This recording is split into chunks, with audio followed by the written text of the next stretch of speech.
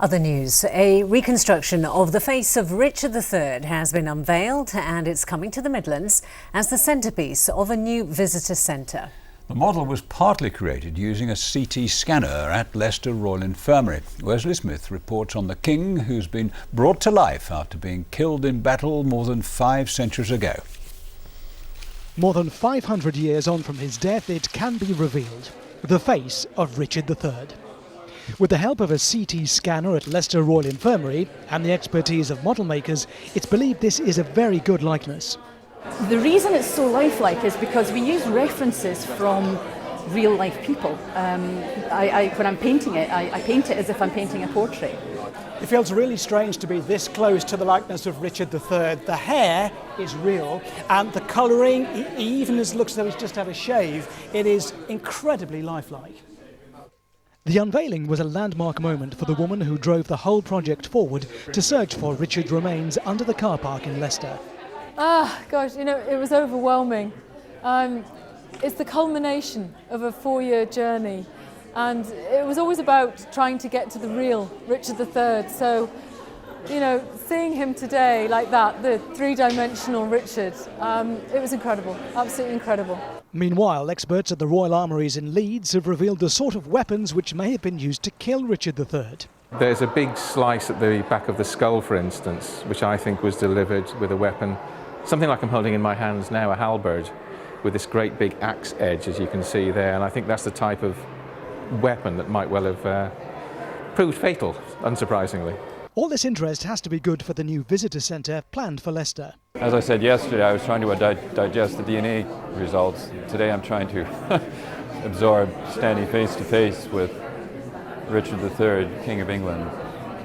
Few at the Richard III Society believe this is the face of an evil monster. They hope this centrepiece of Leicester's new visitor centre will help us get to know the real Richard. Wesley Smith, ITV News, London. Well, the next chapter in all this is the controversy over the final resting place for King Richard III. Thousands of people in York campaigning for his remains to be buried there. But yesterday we heard that he would be reinterred at Leicester Cathedral. Meanwhile, preparations are now underway for the ceremony. It's thought the news will attract tourists from overseas and boost the number of people visiting the cathedral. Rajiv Popat reports.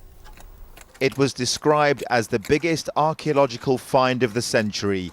Now the City Council is keen to benefit from this astonishing discovery.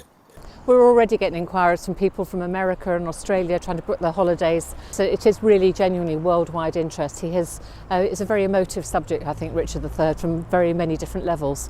This week, a new temporary exhibition about Richard III opens at Leicester Guildhall. There'll be a permanent visitor attraction next year. So we examine the context of medieval Leicester, what was happening here in the 15th century, as well as exploring why Richard III came to Leicester and why he ended up being buried here after the Battle of Bosworth.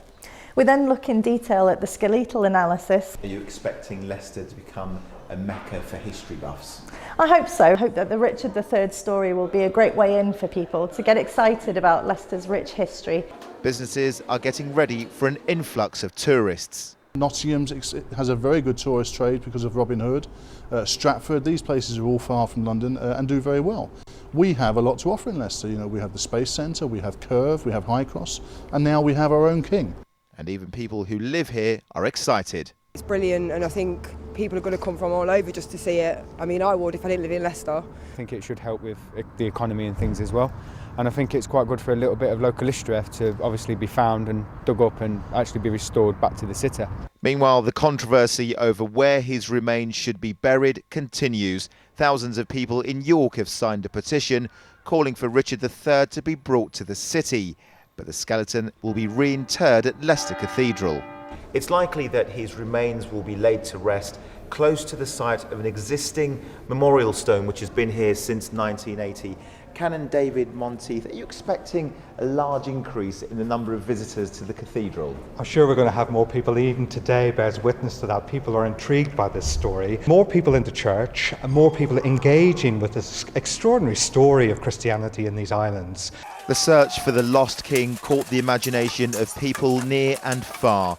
This time next year, the eyes of the world will once again be on Leicester for a special ceremony at the cathedral. Rajiv Popat, ITV News, Leicester.